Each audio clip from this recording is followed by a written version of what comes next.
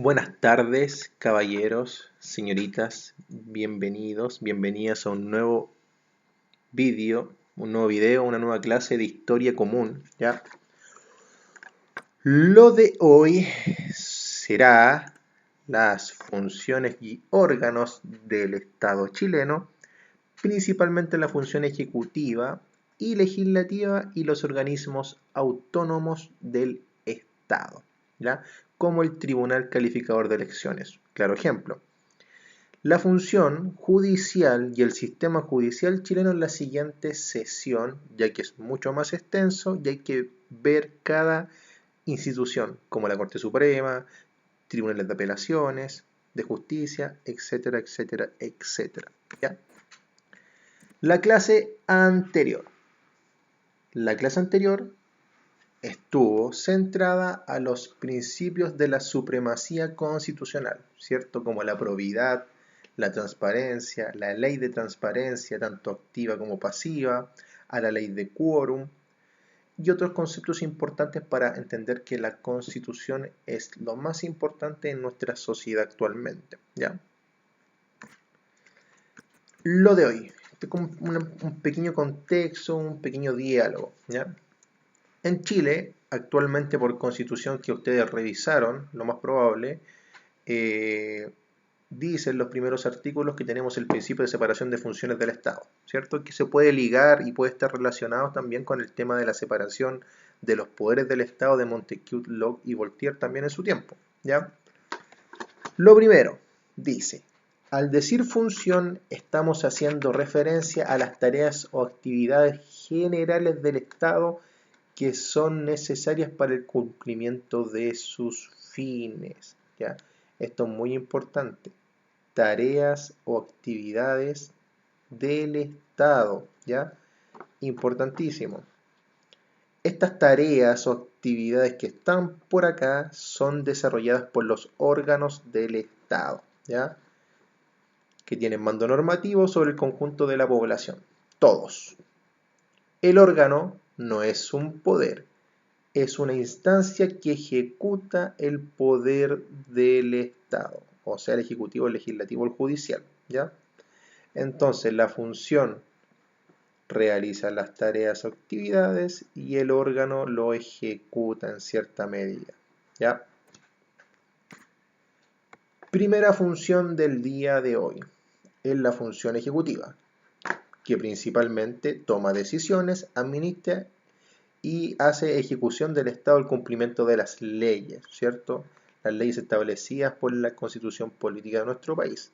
Esta función ejecutiva se puede desglosar en dos tipos de funciones, tanto función política, que es el presidente de la República, elegido por votación popular, que ustedes ya conocen y van a conocer mucho más con el transcurso de las clases, donde debe realizar esta función, planificación y coordinación de políticas superiores del Estado, ¿ya? O sea, promover políticas públicas y sociales, considerando criterios de eficiencia, eficacia y equidad. Importantísimo para que la función política de esta función ejecutiva tenga un buen puerto, un buen desarrollo. Y la función administrativa, que también es parte de esta función ejecutiva y también es algo muy importantísimo del presidente de la República, es orientado a la aplicación de leyes, en este caso el presidente, a ser colegislador o a promover leyes. Esta función ejecutiva también está en la página 29 del texto por si la quieren revisar y está un poquito más explicada extensamente con muchos autores y citas. Eso es voluntario. Ya.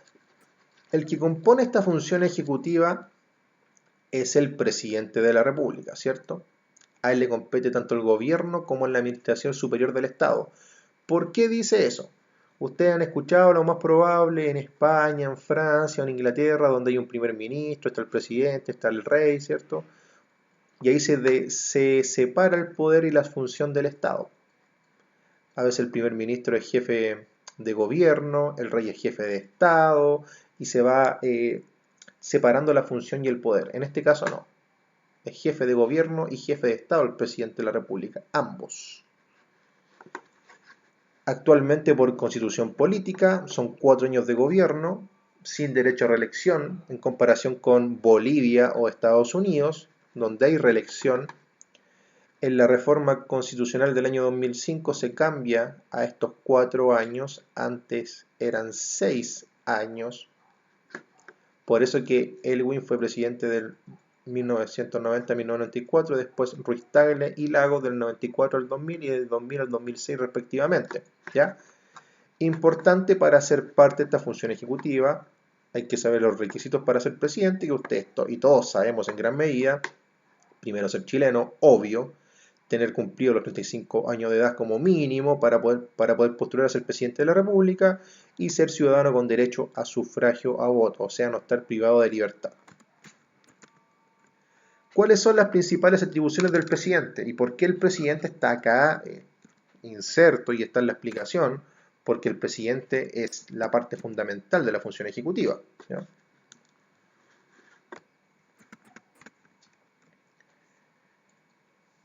Primero, el presidente de la República es colegislador, ¿ya? Trabaja en la promulgación de leyes. ¿Se han dado cuenta que el presidente Piñera últimamente propone leyes que tienen que pasar por la Cámara de Diputados y por la Cámara de Senadores? Él tiene esa facultad como presidente de la República por constitución de proponer leyes. Como lo último que ha surgido, ¿cierto? Como la ley antiencapuchado, las últimas leyes que surgieron después del estallido social, perdón, ¿ya? Esto es propiamente del presidente de la República. Solo el presidente de la República puede proponer leyes por iniciativa legal, ¿ya?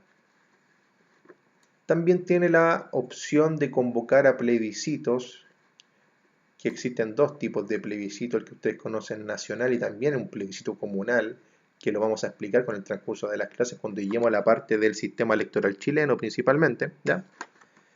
Puede nombrar y remover a su voluntad a los ministros de Estado, también tiene la facultad de la Constitución de él elegir a todos sus ministros y poder removerlos cuando él lo estime conveniente. Claro ejemplo son los cambios de gabinete, ¿cierto? O lo último, el tema de la renuncia de la ministra Cubillos, un claro ejemplo de cómo también está la rotación ministerial. El presidente conduce las relaciones políticas en las potencias extranjeras con el ministro del Exterior, ¿cierto? Claro ejemplo fue el conflicto de la Haya por la salida de Bolivia al mar Antofagasta principalmente, y también por el río Silala. Y también el presidente de la República participa en instancias internacionales que ustedes conocen, como la PEC, Mercosur, o cuando va a sus viajes a Europa, para entablar relaciones diplomáticas con potencias extranjeras, ¿ya?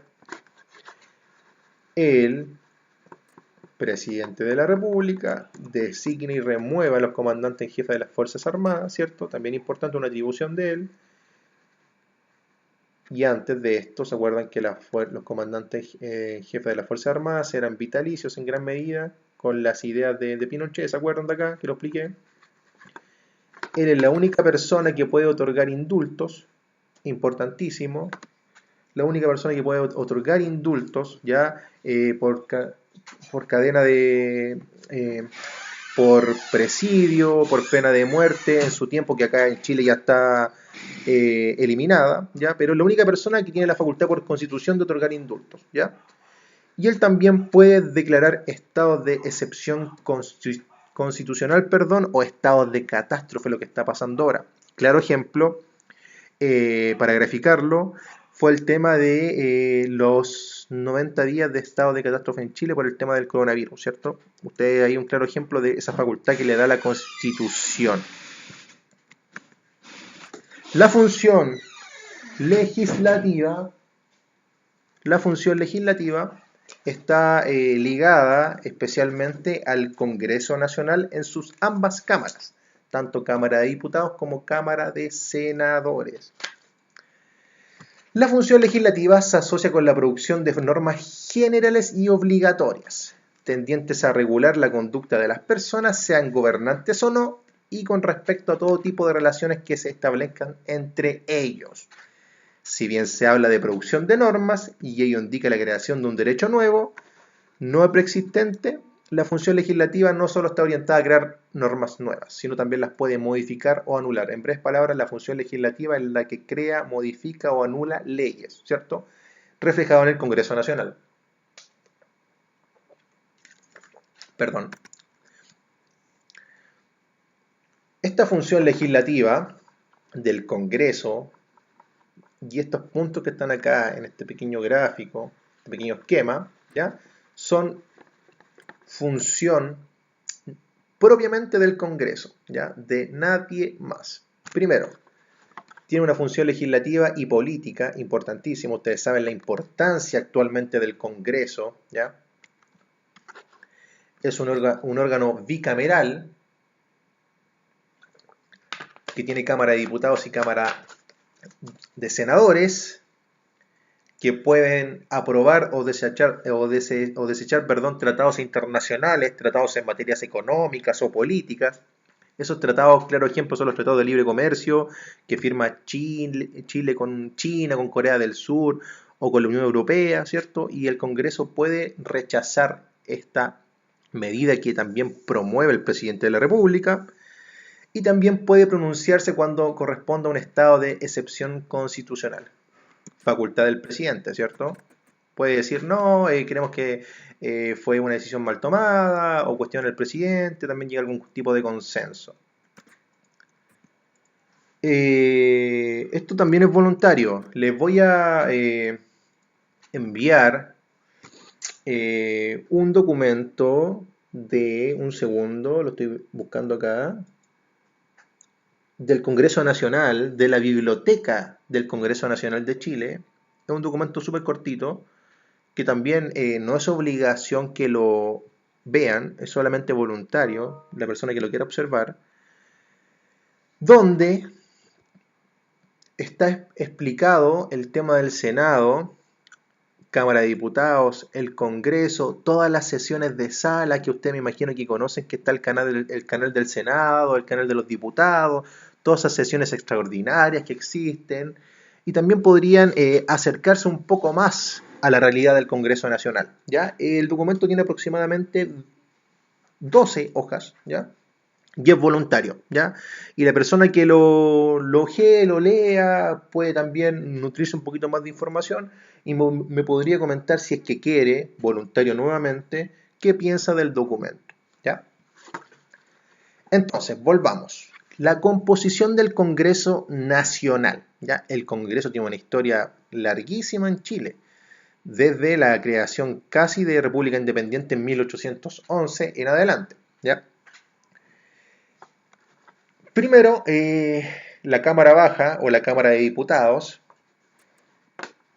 tiene diferentes medidas y funciones. Primero, para ser diputado tienes que ser ciudadano con derecho a sufragio, igual que el presidente de la República, tener cumplidos 21 años de edad, ya el presidente para ser presidente, valga la redundancia, son 35, y puede ser diputado de manera independiente o apoyado por algún tipo de partido político, tener cursado enseñanza media o su equivalente, o sea, educación superior, o mayor a eso, algún doctorado o magíster, y tener mínimo 2 años de residencia por el distrito que vas a ser candidato o diputado. ¿Cuáles son algunas de las atribuciones de la Cámara de Diputados? Primero, fiscalizar los actos de gobierno. Ustedes saben que las acusaciones constitucionales principalmente son guiadas por diputados, ¿ya? Y también declarar si dan lugar o no a las acusaciones constitucionales que formulen sus miembros en contra de las autoridades del Estado. O sea, legislar la función ejecutiva. Yo lo dije y lo repito.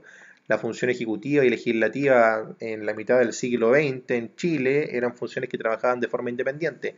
Actualmente la función legislativa y la función ejecutiva trabajan en conjunto en gran medida, ¿ya? La función judicial no tanto, porque trabaja de manera apartada.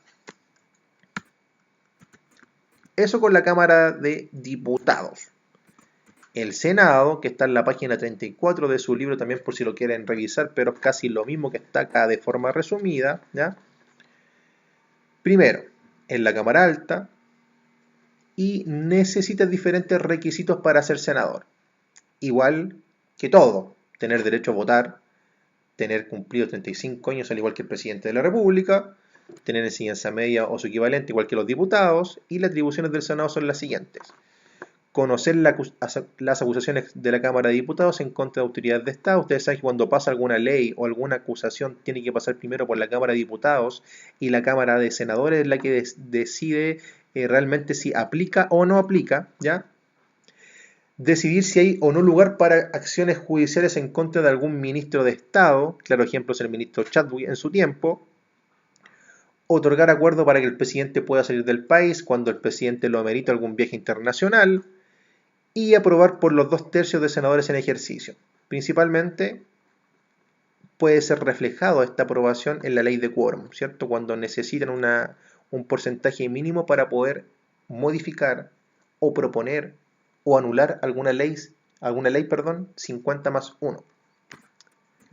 Y acá están las atribuciones que acabo de mencionar. Cámara de Diputados, fiscalizar actos de gobierno, adoptar acuerdos, ¿ya? También subir observaciones, citar a ministro para formularle preguntas relativas al ejercicio de su cargo, a cualquier ministro de Estado, crear comisiones investigadoras para ver al gobierno, a la función ejecutiva. Se dan cuenta que la función ejecutiva y la función legislativa están conectadas. Acusar políticamente por las causales que establece la Constitución, el presidente de la República, con el voto de la mayoría de los diputados en ejercicio y a los ministros de Estado, ¿cierto? Importantísimo. Acá son un resumen de lo que mencioné anteriormente. El Senado conoce las acusaciones de los diputados, conoce las contiendas de competencia entre las autoridades políticas y los tribunales superiores de justicia, otorga la rehabilitación de la ciudadanía, o sea, cuando una persona pierde la ciudadanía por algún acto terrorista o por un tema de una pena judicial, también el Senado puede revertirlo, pero tiene un trámite bastante largo que no voy a comentar hoy día, ¿ya? También puede declarar la inhabilidad del presidente de la República, ¿ya? Si el presidente tiene algún impedimento físico o mental, importantísimo, esto es una atribución exclusiva del Senado, y aprobar en sesión convocada para ello la asignación de los ministros y fiscales judiciales de la Corte Suprema y del fiscal nacional, ¿ya? Que viene de la mano con el tema de la función judicial, que también está incluida el Senado en la función judicial, pero yo lo dije, la función judicial y el órgano judicial trabajan en gran medida de forma independiente. Esto es el Senado y la función legislativa. Lo último, y lo mencioné al comienzo, es el tema de los organismos autónomos del Estado, ¿ya? Que acá principalmente ninguna función ni órgano del Estado puede estar involucrado en su desarrollo y también en proponer y también en llevar a cabo todas sus funciones y actividades, ¿ya? Primero es el Tribunal Constitucional. Dice: su objetivo fundamental es velar por la sujeción de las normas legales y reglamentarias de la Constitución. Para ello puede revisar los contenidos de las leyes, tratados, decretos, reglamentos, ¿ya? Tanto de manera previa a su promulgación como posterior a ella. O sea, en breves palabras, el tribunal puede ejercer una fuerza importante para modificar o cambiar alguna ley que está en contra de la Constitución. En algunos casos, como el de las leyes orgánicas constitucionales, dicha revisión es un requisito para su aprobación. En otros, la revisión debe ser requerida por un grupo de parlamentarios o el presidente. También existe la posibilidad de que los particulares soliciten su intervención en un juicio del que sean parte, al fin de revisar la constitucionalidad de una ley vigente que se aplique al juicio. Y esto es muy importante: cuando el tribunal decide algo, no se puede apelar como en otras funciones y órganos del Estado, como en la función judicial. ¿Cómo se compone este tribunal? Que es fundamental para el tema de las leyes. 10 miembros. 3 los elige el presidente de la República. Esto es importante. Trabajan de forma autónoma, pero igual, en cierta medida, la función legislativa, ejecutiva y judicial puede darse a entender que también están metidas dentro del Tribunal Constitucional. Obvio, porque tienen que proponer las 3 órganos del Estado integrantes. 4 elegidos por el Congreso y 3 por la Corte Suprema. Judicial, legislativa, ejecutiva, ¿cierto? Sus miembros son inamovibles y duran 9 años en el cargo. Mucho tiempo. Duplicando la cifra del cargo del presidente de la República. Importante, lo vuelvo a repetir. Trabajan de forma autónoma, pero están compuestos por miembros que son nombrados por la función ejecutiva, legislativa y judicial. Y eso en gran medida le da como un tema de transparencia y también le da un tema de importancia a los 3 poderes del Estado, ¿cierto? Pero acá, una vez que están acá, estos miembros trabajan de forma autónoma y es fundamental entender eso. También acá está el Tribunal Calificador de Elecciones. Tiene como objetivo principal garantizar y llevar a cabo el proceso electoral a nivel nacional. En la práctica, este tribunal se encarga de conocer el escrutinio, generar y la calificación en las elecciones de presidente, diputados, senadores y en los plebiscitos, ¿cierto? Al mismo tiempo, proclama a los candidatos que resulten elegidos por la ciudadanía.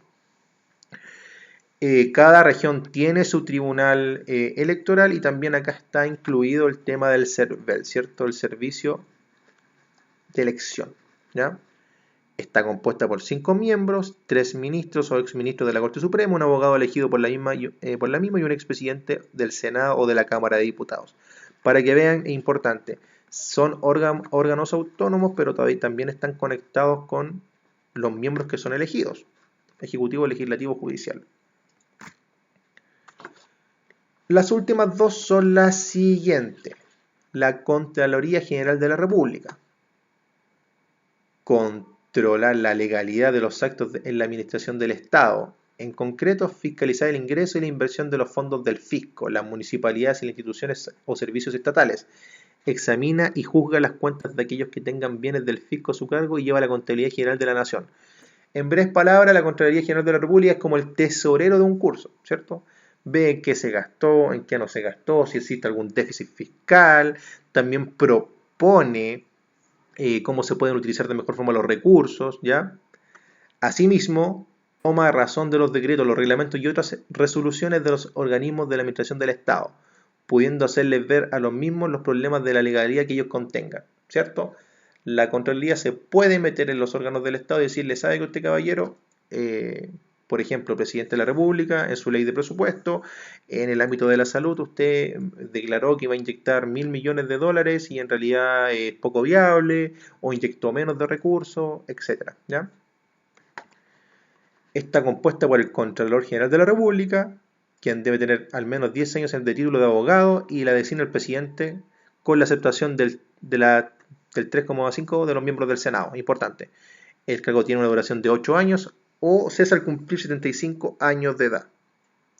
También está el subcontrolador y una serie de departamentos y subdepartamentos que principalmente están en la región de Valparaíso y también en la región metropolitana, ¿ya? Entonces, tesorero del Estado. El Banco Central es un organismo cuyos objetivos son velar por la estabilidad de la moneda, el peso chileno y también el dólar. No se puede meter mucho en el dólar, pero también puede regularlo en el ámbito nacional, evitando el deterioro en su valor como resultado de la inflación de los precios y resguardar el funcionamiento adecuado de los pagos internos y externos. Aquí, claro ejemplo, es todas las medidas que está llevando a cabo actualmente el ministro de Hacienda para inyectar recursos del Estado al sector privado también y al sector estatal para que la economía se mantenga estable, ¿ya? Para lograr ambos objetivos dispone de múltiples atribuciones, entre ellas, primero, tiene la potestad exclusiva para emitir billetes y acuñar monedas. Ustedes pueden revisar algún billete de 1.000, 2.000, 5, 10 o 20 y está la firma del Banco Central y del presidente del Banco Central, ¿ya? Fija la tasa de interés que debería cumplirse en el ámbito público, regula la cantidad de circulante y de crédito importantísimo para que no exista un déficit fiscal importante y tiene la facultad para formular y administrar la política cambiaria, la política monetaria. Está compuesta por 5 miembros designados por el presidente de la República previo acuerdo con el Senado, ¿ya? Aquí el ámbito judicial no está muy incluido. El presidente del Banco Central es designado por el presidente entre los integrantes del Consejo. Su duración es de 5 años, los miembros del Consejo a su vez duran 10 años en su cargo. Se pueden dar cuenta que los organismos autónomos del Estado tienen una duración importantísima, a veces duplican la cantidad de un diputado, un senador o el mismo presidente de la República en duración en el cargo, ¿ya? Eso sería lo de hoy. La actividad consiste en una pregunta, solo una pregunta abierta que tienen que responder en su cuaderno, que dice: tienen que entregar su opinión sobre la importancia de los poderes ejecutivo y legislativo para el resguardo del sistema democrático. Y ahí ustedes se pueden explayar. Son importantes por esto, encuentro que el Poder Judicial podría ser más importante, los organismos autónomos pueden regular, ahí ustedes se pueden explayar y dar a conocer su opinión en relación a estos dos poderes fundamentales para el desarrollo de la sociedad chilena, para el desarrollo de todo en realidad, de la política, de lo económico, de lo social, de lo cultural, etcétera, etcétera, etcétera. Ya, eso fue lo de hoy. Que estén muy bien. Saludos y nos vemos en el siguiente video clase. Adiós.